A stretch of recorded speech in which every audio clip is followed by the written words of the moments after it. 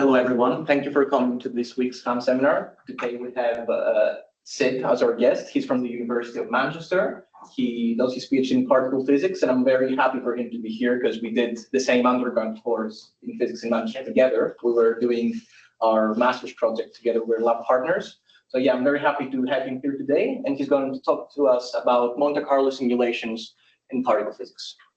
Thank you. So, hi everyone.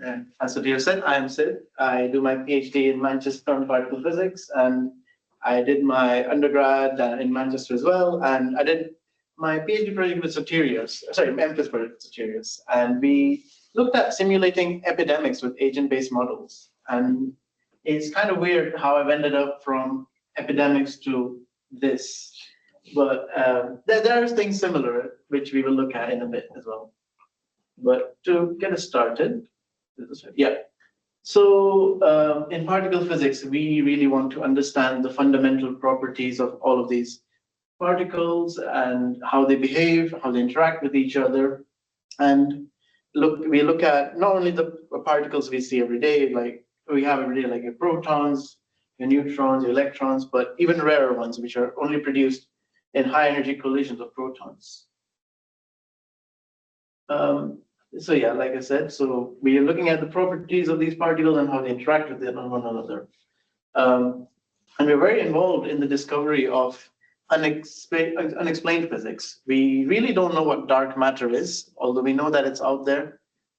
It's there, it surrounds all our galaxies, like our Milky Way. Once a person asked me, was it in my backyard? It is actually in your backyard as well. We've got detectors with very high sensitivity waiting to detect things like these. Another thing is, like, do neutrinos have mass? Or if the universe was created equally, what happened to the antimatter in the universe? And we'll look into that in a bit. And yeah, we tend to get very involved, and we often go to crazy lengths about it. So I think a few years ago, there was this meme that was being shared about how we're looking to build a new circular accelerator, and it would cost $22 billion. And scientists from all around the different fields in STEM were like bullying us, and rightfully so. That's a lot of money being used to make a giant ring. But yeah, so what happens is that a lot of these particles, we barely right now get the energy to produce them. A ring like this would mean we would actually see them kind of behaving with other rarer particles as well. But anyway, I digress. So when we do a lot of this this research, we often end up with a lot of data and a lot of different distributions, and it's often challenging to mathematically derive a prediction using well, just theory on the whiteboard. And equally, there's a lot of other kind of background that we encounter when we do this, which makes it difficult to obtain highly theoretical properties from this data. So we have, to kind of connect these two, we tend to simulate what we know using Monte Carlo techniques and object-oriented programming. And our kind of understanding is that we understand very simple interactions, and a lot of the data you get from detectors is actually emergent phenomenon, where our system is behaving akin to a complex system. In research, experimentalists, they tend to use this data to identify signs of new physics, for example, deviations between data and simulation. Theorists tend to implement their own models and put it into the simulation code and test if the new theories can actually reproduce the data. And there's another trend that's starting recently where before building a detector, they try to simulate the detector first and see if it's going to produce useful or viable results. And that's what we're going to look at today. In this talk, I'll start with an overview of what we do and what particle physics is all about, and then we'll look at some of the components of the simulation. We'll see if we get time or not, but yeah, if we do get time, we can talk about some of my research, which is accelerating all of the simulation using GPUs.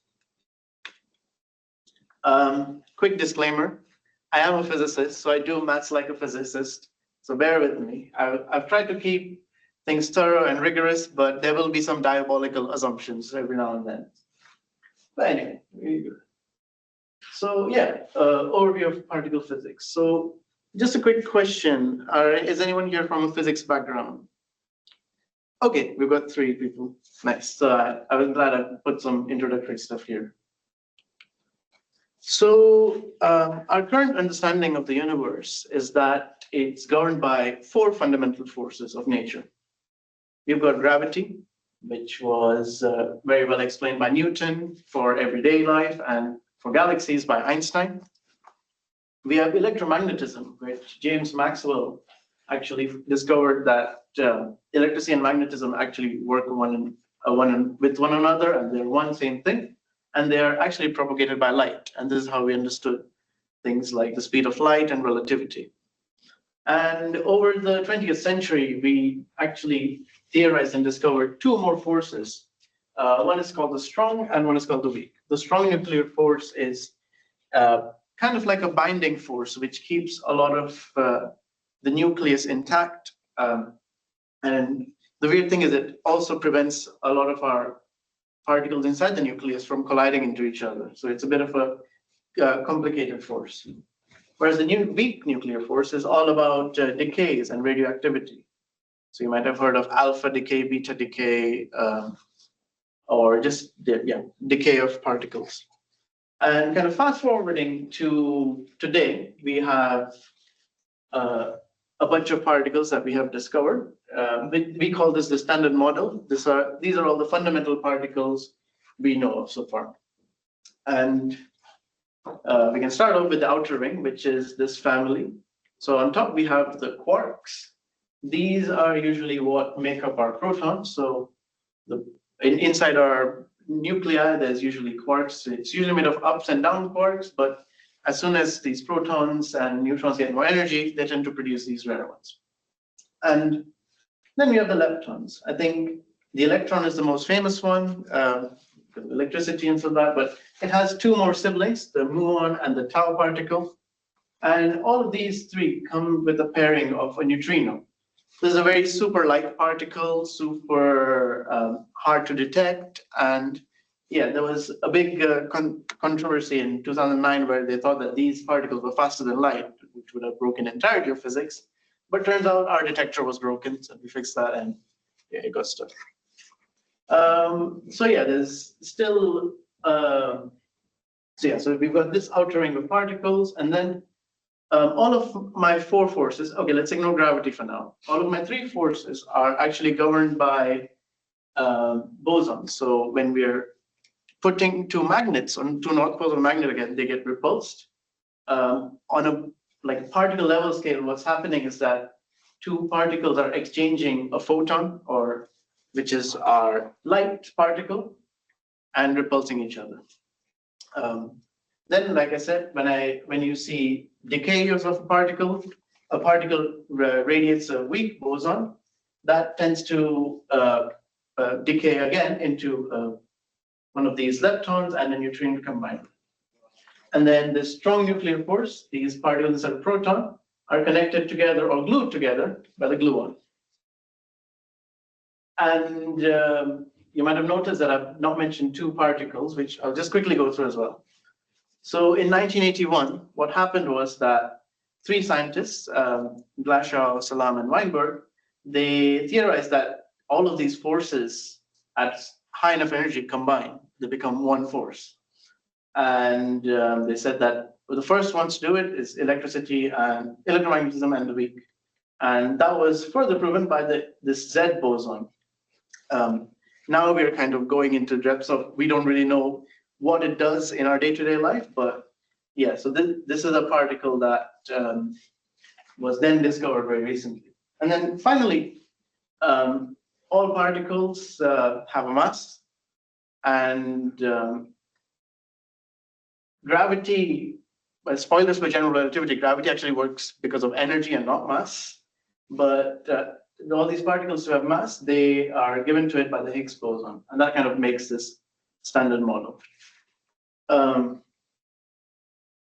That reminds me, I know you guys are cake enthusiasts, so I wanted to bring something over from Manchester.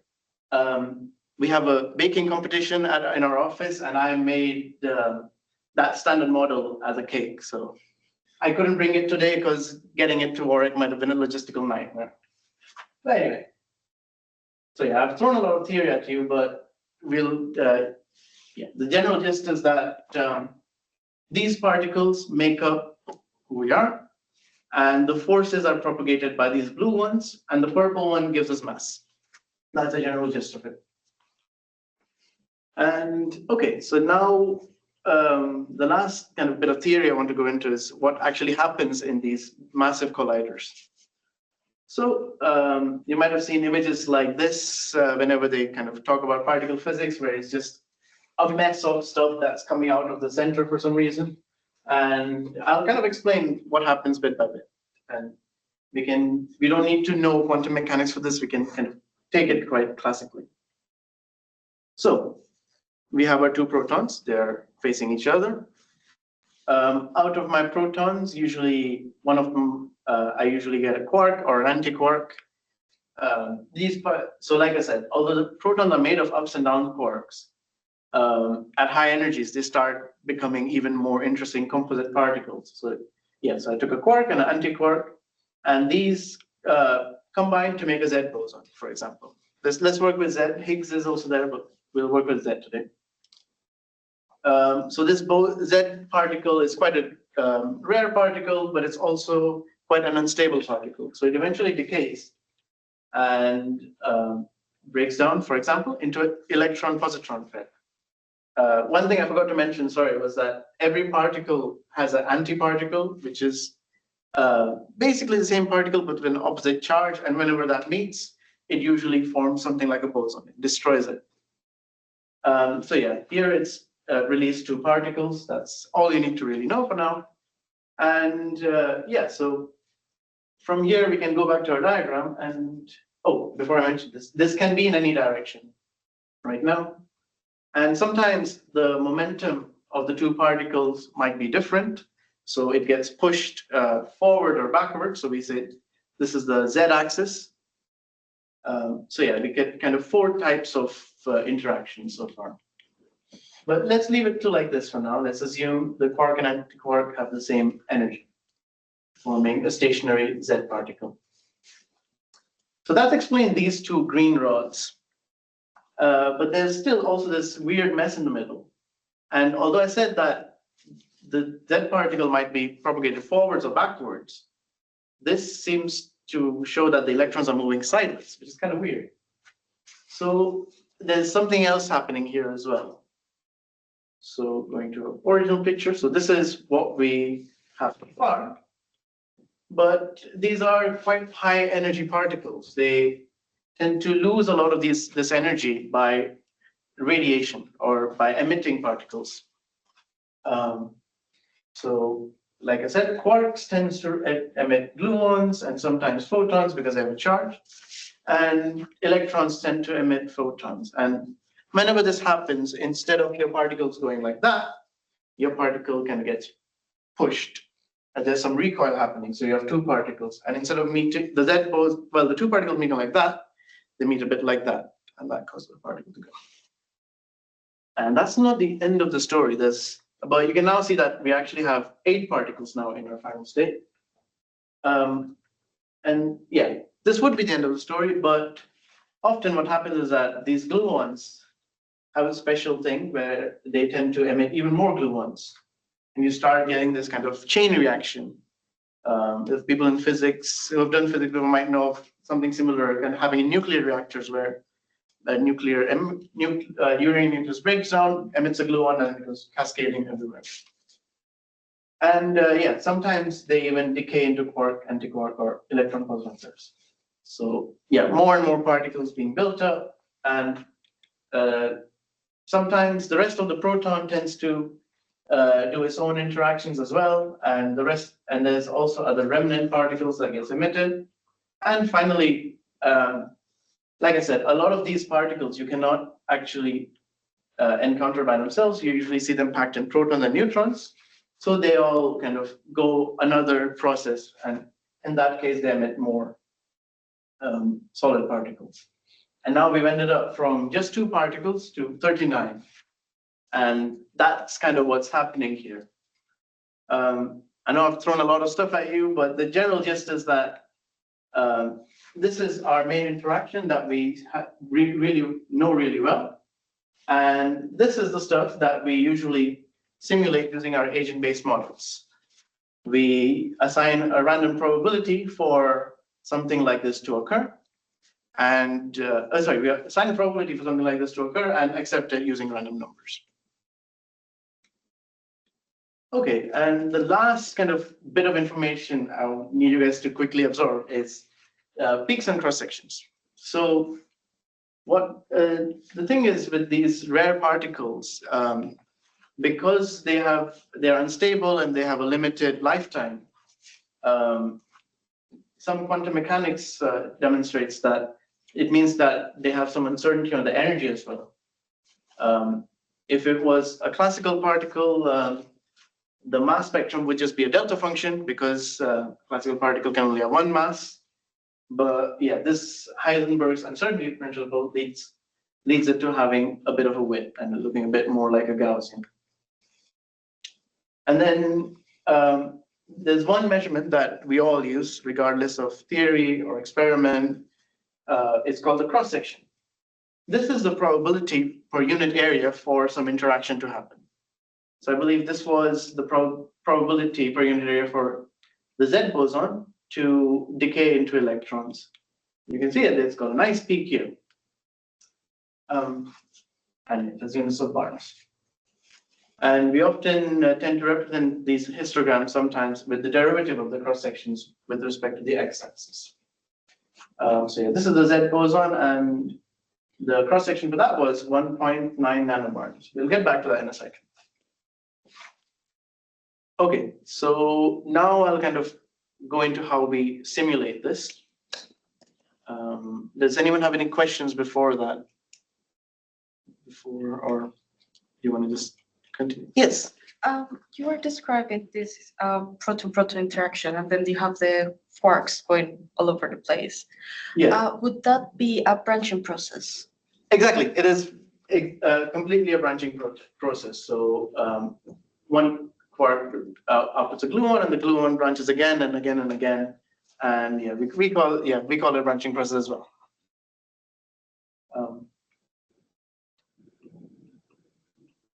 Any others? Okay, cool. So let's get started. So for now, let's just ignore everything else. Let's just look at this case. I have my 2 protons. They release 2 particles. They combine to make a rare particle, and that decays into 2 more particles that we observe. Like I said, if the energies are equal, we can assume that there is no dependence on the azimuth or the theta angle. But if there are, there tends to be some forward or some backwards propagation. And to do this, we tend to use Monte Carlo integration to get the cross section for this. So I guess this is the part where you guys are the experts and not me, but we'll still go through this. So yeah, Monte Carlo relies on you representing our integrals as averages. So if the definition for my average is the integral of f of x divided by the domain, I can say that my integral is the mean times my domain. And we switch this mean with another term where we're just drawing n samples from the distribution and then summing it up. And this is kind of an approximate method. And when we take n to infinity, we recover our original integral. But often it is the case that we can't. So we take it to a very high number and we apply an uncertainty to it.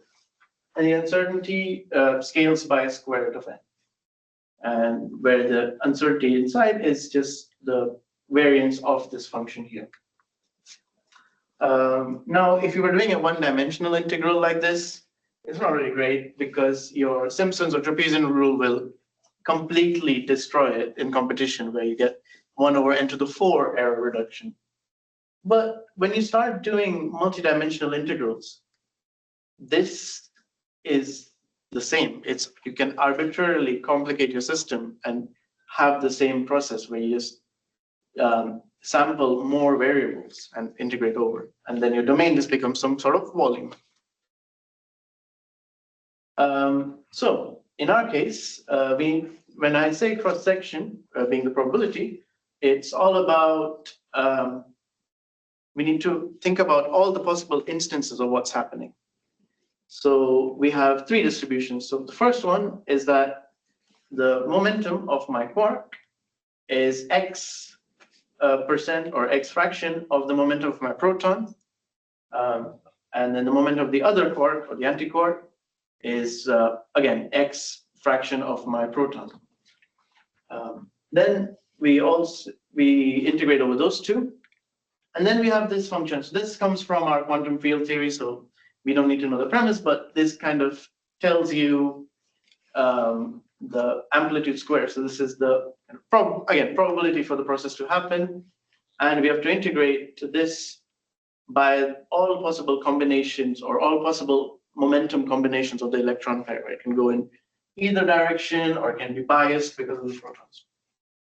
So yeah, here we've got 1, 2, 5, 8 dimensional integral. I just use D3 to represent momentum in X, Y, and Z. So yeah, we can write this as integrating over this probability density, PPA. And yeah, so sigma is my volume times 1 over n, being my number of samples, times this evaluated at different possible randomly sampled variables. And yeah, this way you can get yourself a nice Monte Carlo integrator for these processes.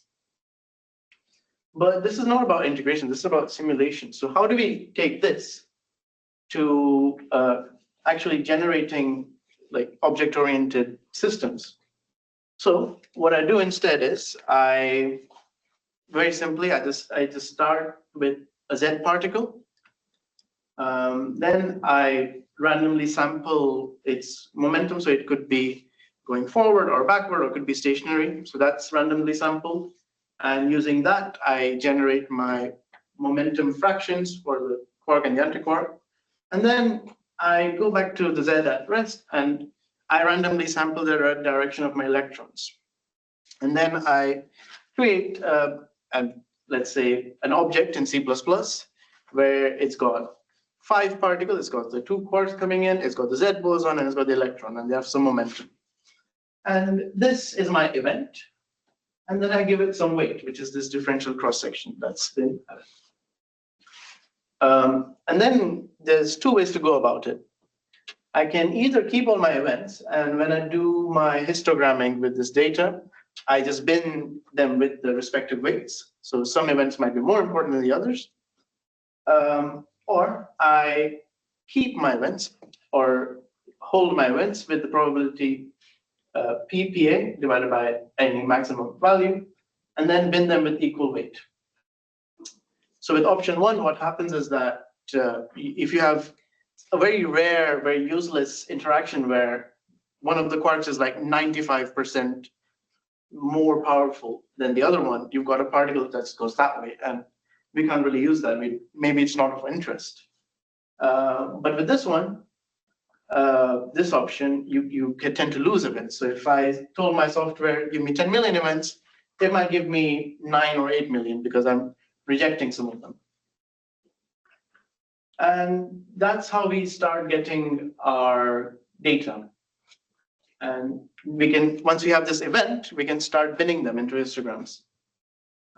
So like I said, the Z mass is just the energy of the quark and the antiquark combined.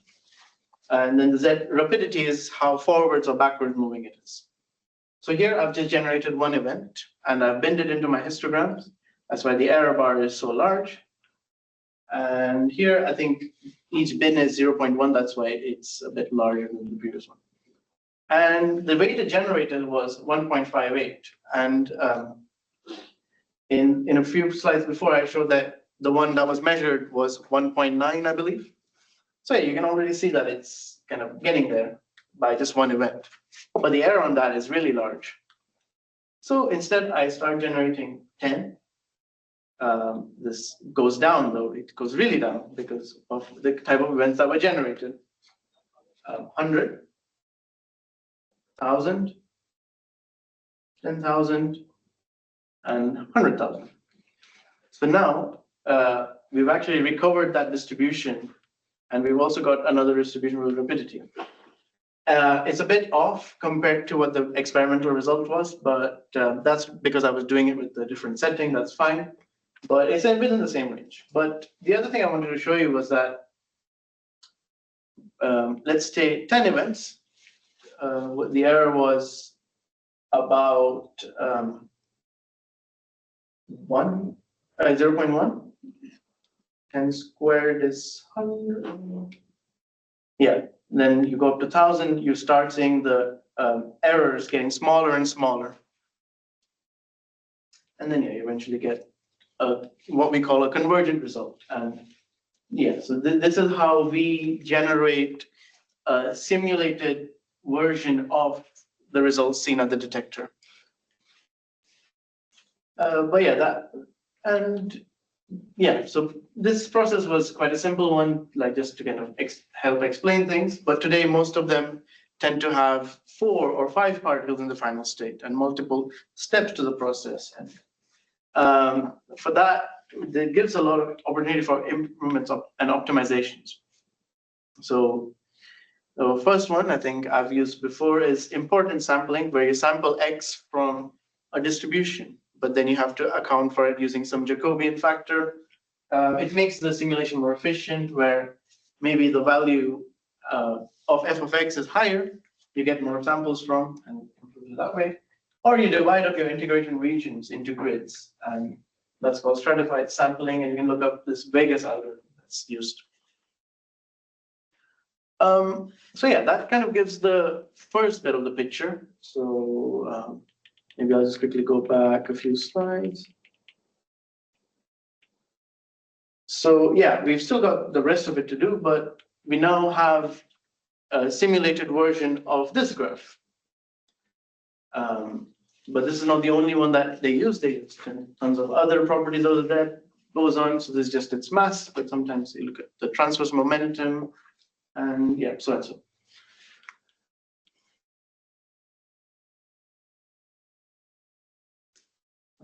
Okay, then yeah, we move on to doing the emissions and the underlying events and all the extra stuff. So the one thing we do now is that we switch over from just simulating the same process again and again with different parameters to having a different process in every event. And we start by just looking at one particle for now. So all of these accelerated particles, they tend to radiate gluons or photons to lose some of their energy. And it looks a bit like this. So you've got a quark going that way, and it tends to randomly release a gluon and kind of moves in direction. And some extra momentum is now generated where your particle has been recoiled. And this can be used to like quantify the probability of this emission to occur. This could be the easiest one to work with is the angle between the emitter, which is the quark, and the emission, the gluon in blue. And yeah, like a branching process or a cascade, these gluons also have the ability to radiate gluons and split the quarks, and again and again and again. This probability, this function tends to be quite complicated for different ones, but one common thing that it has is that it diverges for soft or collinear emissions. This soft means that the gluon has very little energy, and collinear means that this angle is super small. That's where our function diverges, and which means that you will have a lot more of these smaller near axis emissions rather than having kind of widespread ones. Can I just quickly press escape and go up a few slides? Yeah. So if you just quickly go up and sing.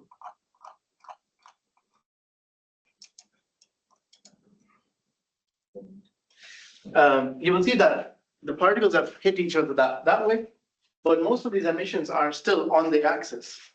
And that's what's happening here, is that a lot of our emissions are near the particles that we're hitting. Okay, go back.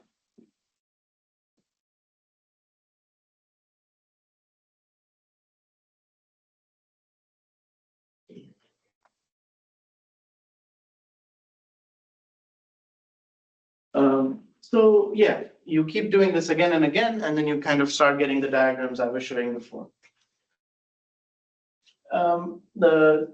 It's actually ineffective to just increase t by a small amount bit by bit with some time step. So what we can do is we can sample t itself and accept the emission if probability of t is smaller than a random number. And then we end at some physics boundary at t equals 0. So for example, here I've got two events. Let's say event 1 where my quarks interacted and the Z boson released my electrons. And at this stage, I random sample some t1, and I have no emission so far. And I generate P of t. This time the random number is smaller, so this emission is accepted. And then we make this particle in our system. Then we have three particles in the final state. And then maybe let's look at event 2 where something similar happens, but then in this case, P of the random number is larger than P of t, and the emission is rejected. So what we do in that case is we generate another emission at some scale t2. And what we do here is we force it to sample t2, but it has to be smaller than the previous one. And this time it might be accepted, and you make your particle again. So this is how you get a range of different momentum emissions rather than just having the same emission again and again. And can we look at if the case where there's multiple possible emissions? Because we've got 2 quarks coming in and 3 electrons going out, and all 4 of these can emit some photon. In this case, we just generate T and calculate P of T for all of them. And we select a winner. And this winner is a trial emission with the highest value of T. And as we're randomly sampling, each time there's a different winner. It's not always the same one. So our different collisions tend to have different cascades and different final states. And where do we start with T? We start at the highest possible one. Usually it's the combined momentum of the 2 quarks involved in the process. And and the sample one is always lower than the previous value. So it keeps getting decreased until T reaches some 0 value. And then, are we actually changing the cross section? If you were to go to the cross section integral and add some of this theory in there, yes, but like our accept reject procedure from the subprocess, we accept the emission using our probability or using our weight. So we don't change the weight, or we just keep the uniform weight as is. However, adding more particles changes the histogram. And the way it changes is in this case here. So let's say my quark emitted a gluon just before it hit the other quark. So instead of actually hitting it face front, it hits from the angle. And the Z boson gains something called the transverse momentum. So if this is my longitudinal axis, the transverse momentum is in this direction. And here's the kind of distribution. So in red would be kind of my previous result that I'd shown you guys. But the Z was always an axis, so this histogram is empty. But when you put the shower in, it starts going up and up and up as this is an equivalent of T gets smaller, but some other like infrared physics prevents it from going to infinity. And people who have played with agent-based models before might notice there's some sort of familiar trend happening. And that reminded me of mine and Sotiris's old MSc Viva, where we had this slide.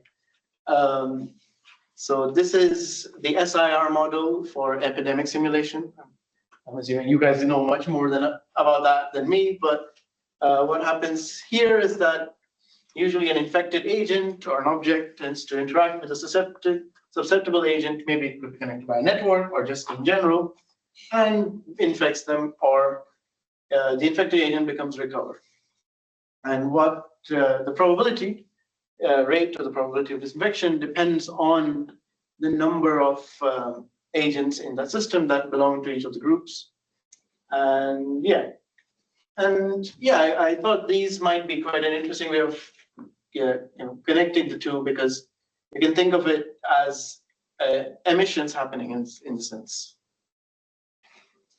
And to kind of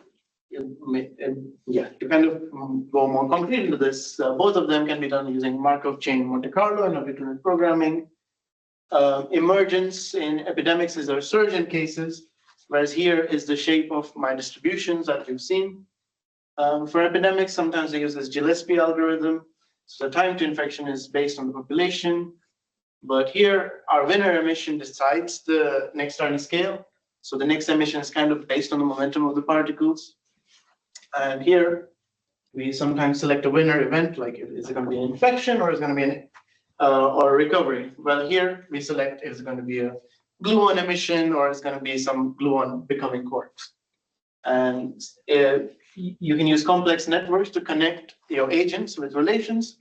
And I haven't gone into it in depth, but all of my particles are usually connected by another property called color, but we won't get into that. And it's not just me who does this. We actually have another professor who is in a competing research group. He actually uses a lot of a simulation and works with, he's been working on epidemiology papers. So some people might know or might not know about this agent-based simulation code called June. They tend to use that for doing individual-based epidemic simulations. So yeah, that's kind of what we have time to cover. That's 40 minutes. And the rest of the stuff are still very active areas of research and deep rhythm theory, and I don't really understand them that well to explain it. So we can kind of give them a quick skip. Does anyone have any quick questions before we? Yes. I have a few questions. Okay, of course. So first was when you discussed the number of steps in your work, like the number of steps when you determine the Monte Carlo simulations. For the emissions or emissions, yeah. This one? No, this one, the very early on, I guess, probably around slide 11, 12. Slide 11, 12, I guess. Oh, okay, sorry. Here. Maybe before that. Like I was just wanted to ask, like, are all of these processes usually convergent, or if they are divergent, how do you determine the value of n? Or what strategy do you use? Okay, so these ones are all convergent. They usually are finite sum, and the cross-section is quite always finite. But sometimes what happens is that one particle might be emitted from here, but absorbed as well, and you get this thing called a loop. And these, when you kind of evaluate it using this formalism, it tends to infinity. And similarly, when we do our emissions, like I said, the P of T it diverges based on how soft or collinear my gluon is, so we expect almost infinite emissions.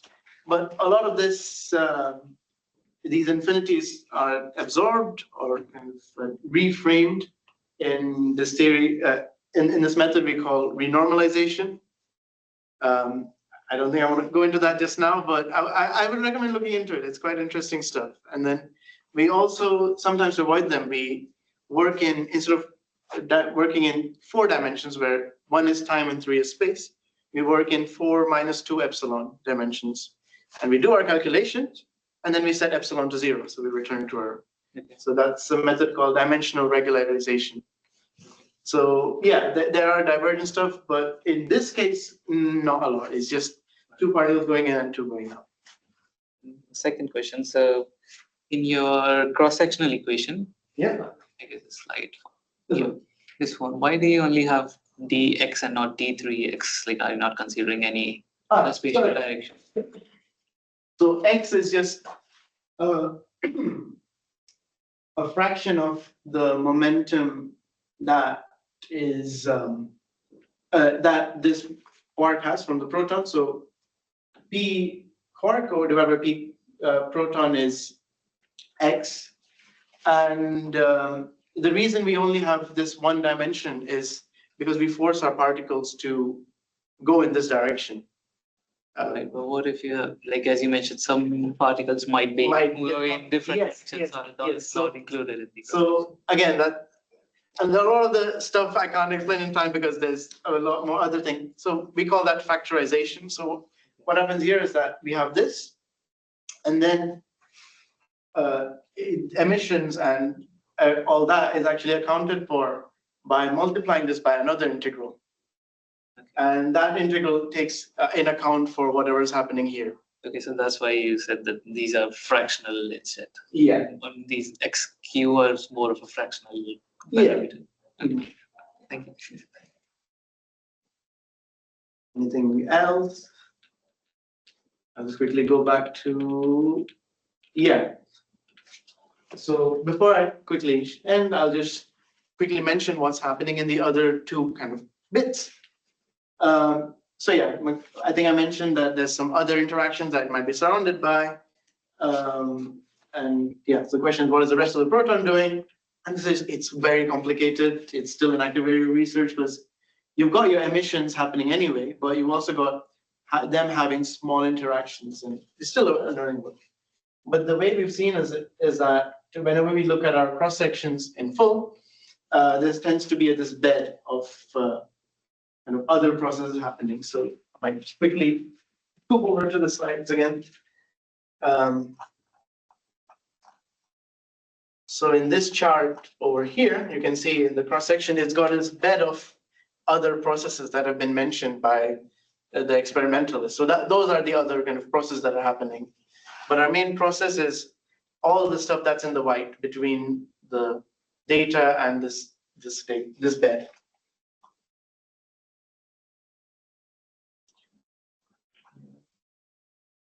And the last thing is that a lot of these particles cannot be observed as free particles, so they tend to get combined. There's again lots of models that we've come up with, but the one I know is basically you combine them based on the nearest neighbors, and you use their momentum to create this pseudo object called a cluster, and this is basically something that decays. But often these particles tend to be unstable as well, and they decay based on other properties. So that is another set of measurements that have been taken. So here's something called a row meson, and they've actually found out all the possible decays there are, and yeah, we randomly sampled one of these the way we did for emissions. So yeah, I have thrown a lot at you, so I do apologize. I've taken up 10 minutes more of the time. But yeah, computing in particle physics involves writing a lot of this optimized low-level object-oriented code, and it's usually a combination of Monte Carlo techniques object-oriented programming. And it's still an exciting and active field because with improving technology and our increasing understanding of physics, we are able to use much more complicated models. But even after all that, the math stays the same. We still use emission probability and just randomly sample and create our emissions. We just, even if there's more particles, we just increase our Monte Carlo integrator for more dimensions. And yes, I think that's what I find quite interesting, is that it makes it approachable for physicists to use all sorts of weird random models they want and just throw it into the system, and they will get results for the detectors. And yeah, you can also try all of these for yourselves. There's a bunch of them out there. They have their own tutorials. They can generate a lot of different detector style results for like even simple ones as well. You can even use one called GANT4, where you can put in a 3D model of a detector and you can see the particles propagating through. It's quite interesting stuff. And yeah, I think we don't have time to go through it, but GPUs just, instead of doing this event generation one event at a time, you just do it all at once. It's faster. That's about it. So yeah, thank you.